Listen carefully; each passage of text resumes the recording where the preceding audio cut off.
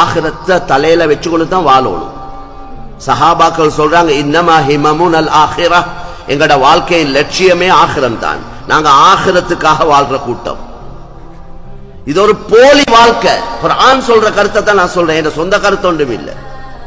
படைச்சவனே சொல்ல கொல அது பொய்யா இருக்கேலாவே.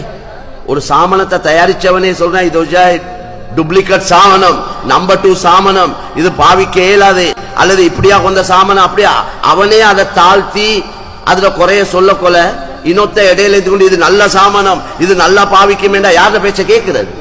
யார பேச்ச கேட்கணும்? தயாரிச்சவன் பேரை தான் பேச்சதான் கேட்கணும். அவன் தான் புத்திசாலி. எனவே படைத்தவன் அல்லாஹ், இந்த உலகத்தை பரிபாலிக்கிறவன் அல்லாஹ், இந்த உலகத்தை இயக்கி கொண்டிருக்கிறவன் அல்லாஹ், இதை அழிக்க போறதும் அல்லாஹ். அதையும் குர்ஆன்ல சொல்லி காட்டுறான். எப்படி அழிப்போம் என்று சொல்லி காட்டியிருக்கிறான். துனியாவை எப்படி உருவாக்கினோம், இந்த வானத்தை எத்தனை நாள்ல படைச்சோம், இந்த பூமியை எத்தனை நாள்ல படைச்சோம், இதை எப்படி அழிப்போம் என்று குர்ஆன்ல சொல்லி இருக்கிறான். அதனால அவன் புத்திமதியை தான் கேட்கணும். அதனால குர்ஆன்ல சொல்றான், ஃபலா தகுர்ரன்னகுமுல் ஹயாத்துத் துன்யா வலா யகுர்ரன்னகும் பில்லாஹில் கரூர். இந்த துனியா உங்களை ஏமாத்தாம இருக்கட்டும். இது ஒரு ஏமாத்திரமாய் தான் படைச்சிருக்கிறோம். படைச்சவனே விளங்கப்படுத்திட்டான். அப்ப அதுக்கு அங்கலேயே ஏமாறுறவன் எவ்வளவு பெரிய நஷ்டவாளி.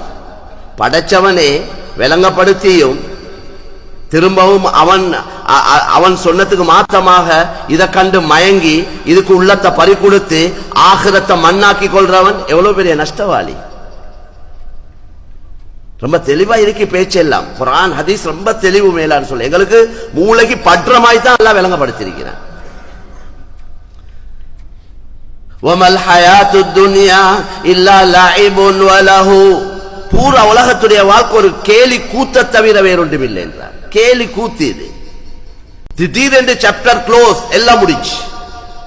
நாளைக்கு அவரை பார்ப்பேன், நாளைக்கு இவரை சந்திப்பேன், வார கிழமை அவங்க அங்க போகணும், வார மாசம் இங்க போகணும், எத்தனையோ மீட்டிங், எத்தனையோ சந்திப்புகள், எத்தனையோ பிசினஸ், எல்லாம் பேசி வச்சது எல்லாம் அப்படியே இருக்கு. இவரை கபருக்கு போறார்.